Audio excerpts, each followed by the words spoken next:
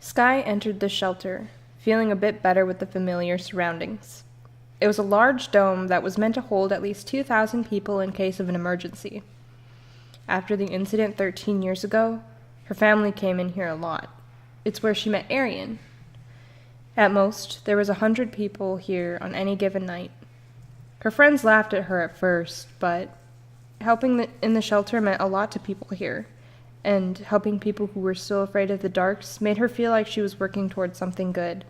Allie, a frequent who was usually dropped off by her parents, ran straight for Skye and hugged her. Skye patted the small thing's back. Allie pulled away, large blue eyes sparkling. "Hey," Skye greeted. Hey, Allie giggled. "I've got a few things to do before we can play, okay?" Allie smiled and nodded, then tilted her head to the side, spilling mousy brown hair over her shoulder. She trailed Skye, clinging to her shirt the whole time. Skye finished her basic duties, then smiled to Allie. There was something off about her today, Skye noticed. She wasn't quite sad, but Skye couldn't really place the emotion. "What's the matter?" Skye asked gently, kneeling beside her. Allie looked directly at her. Her clear blue eyes looked between Skye's, as if debating on whether to tell her or not. This made Skye a little nervous. What would make her keep quiet? "Mommy and Daddy were talking about darks." Allie's tiny face scrunched up as she looked at something past Skye. "I thought they were from a scary story." There were two types of parents after the incident. There were those who clammed up and completely pretended like it didn't exist, but then they were overprotective of their child. Or there were the parents who sent their children to places like Ainsworth, where they could be sure their child could defend themselves.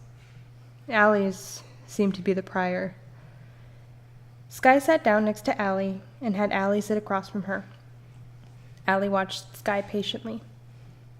"What did they tell you about the darks?" "That they eat souls of little kids who go outside at nighttime." Skye nodded, wondering if she should really be the one to tell the little girl about darks. "Kind of," Skye said, "but usually they just eat fragments." "Fragments," Allie repeated, crinkling her nose. "Yes. Everyone's soul is made of fragments they get from loved ones who passed away." Allie seemed to take her time in digesting this. When someone who loves you dies, you get a little piece of them. Like me. I got my grandma's amazing cooking skills, Skye said proudly. "But you don't get to pick." "Oh," said Allie. Skye figured she was too young to have lost anyone yet.